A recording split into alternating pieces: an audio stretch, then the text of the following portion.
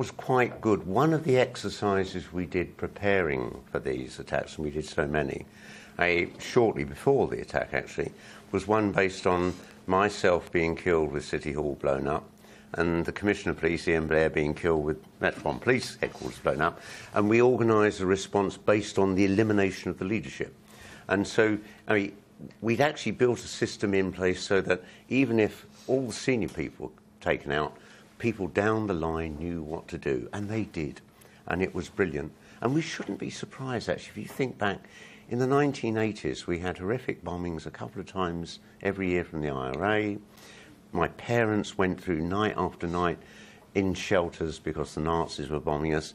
Londoners have never allowed themselves to be cowed when we're under attack. We carry on. Well, yes, and in fact, you made a speech. I think, was it from Singapore, where you talked about the intention of the bombers was to divide London.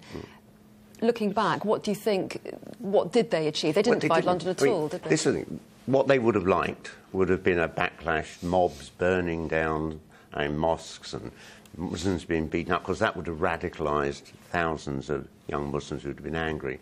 And we don't have a record of a single attack on a Muslim, or even one being abused in the streets. I think people weren't stupid. They weren't going to be divided by these people, because then they would have succeeded.